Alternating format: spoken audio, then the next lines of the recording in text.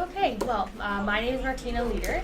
I'm going to be asking you some questions. Nice to meet you. Yes, nice to meet you. Would you like to start by introducing yourself and telling us a bit about yourself? Okay, my name is Larry Mikulcik, and I've taught for 29.75 years. So I'm retiring at the end of this year. Oh. And I grew up in Saskatchewan, and I've taught my entire career in what is now the Horizon School Division. So I've always taught in small communities and history, social studies, and a variety of other subjects over my career, but mainly in the social studies history area. Okay. So what inspired you to put this together, this event? Two things. One, spending 3 weeks in Israel learning about the Holocaust and learning more about the Holocaust and hearing scholars who have studied it, hearing numerous survivors.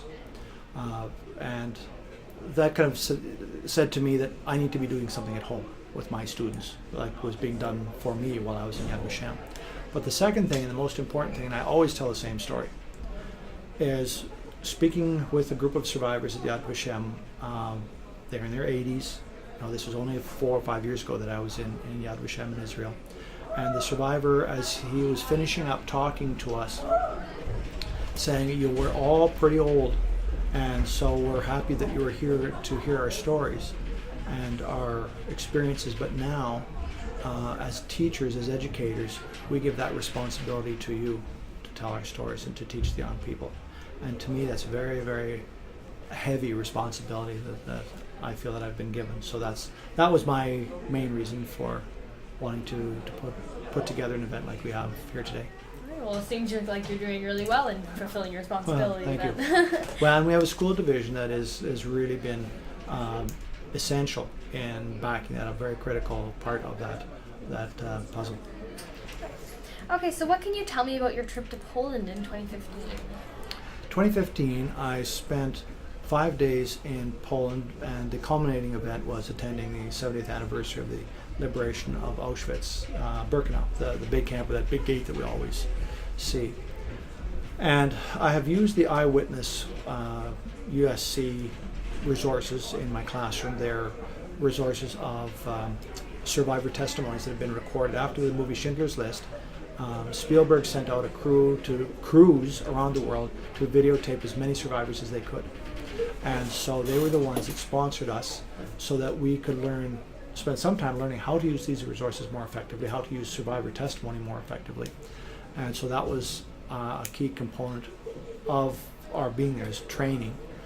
We even got to meet Spielberg himself for a short segment, which was kind of a cool thing. But we also had to present in front of him, so that was a little bit nerve-wracking, seeing his world-famous director, and he's watching our work. But the most critical judges of all were a group of students that were there. Not critical in a bad way, but they were the ones that would give us the Shark Tank thumbs up or thumbs down on our work, because they also were sponsored by Discovery Channel. So that's why the Shark Tank reference was there. But these students had worked with these resources, and so we were selling to them our idea for what we would use in our classroom. Okay. So that, along with learning more about the history of Auschwitz and the communities while we were there, it was quite an experience. So why do you think that some Germans deny the reality of the Holocaust? Now you ask for an opinion. I'm not so good on opinion. I have them, don't get me wrong, but I think part of it is a secret desire to continue to promote anti-Semitism and to blame the Jewish people for making the story up, to make the Nazis look bad. And I think the other half of that is the belief or the support that they want to give to the Nazi ideals. I think I think that's two sides of a book or of a coin.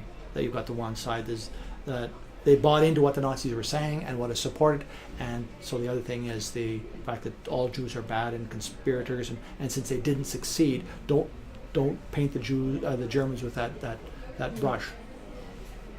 You asked for an opinion. It's an opinion. I don't have a lot of proof for that. Okay, well, I did ask for an opinion. So, why do you think that so many other genocides have not been as publicized as the Holocaust? I think part of the reason is that the German genocide, or the Second World War genocide, was orchestrated. Many of the other ones were I'll call them spur of the moment, were spontaneous would be the better term. Whereas this one was a planned policy of the German government over a period of time. So I think that's partly why, is that we have more knowledge that way. It took place over a longer period of time. The whole German the government focused on this plan. So I think that's part of it. I think we have more detail on it.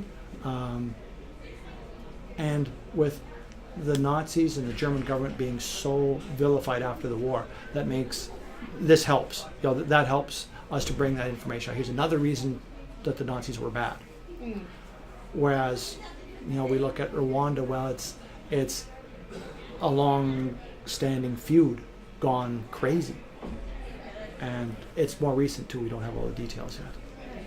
But a lot more. How come we didn't know as much about that one until recently? Well, some of it is the Soviet records were kept secret. Okay, yeah. Well, is there anything else you'd like to make note about this time? I can't think of anything. You've given me some really thought-provoking questions. You answered them well, so thank you very much for doing this. You're quite welcome. It's my pleasure.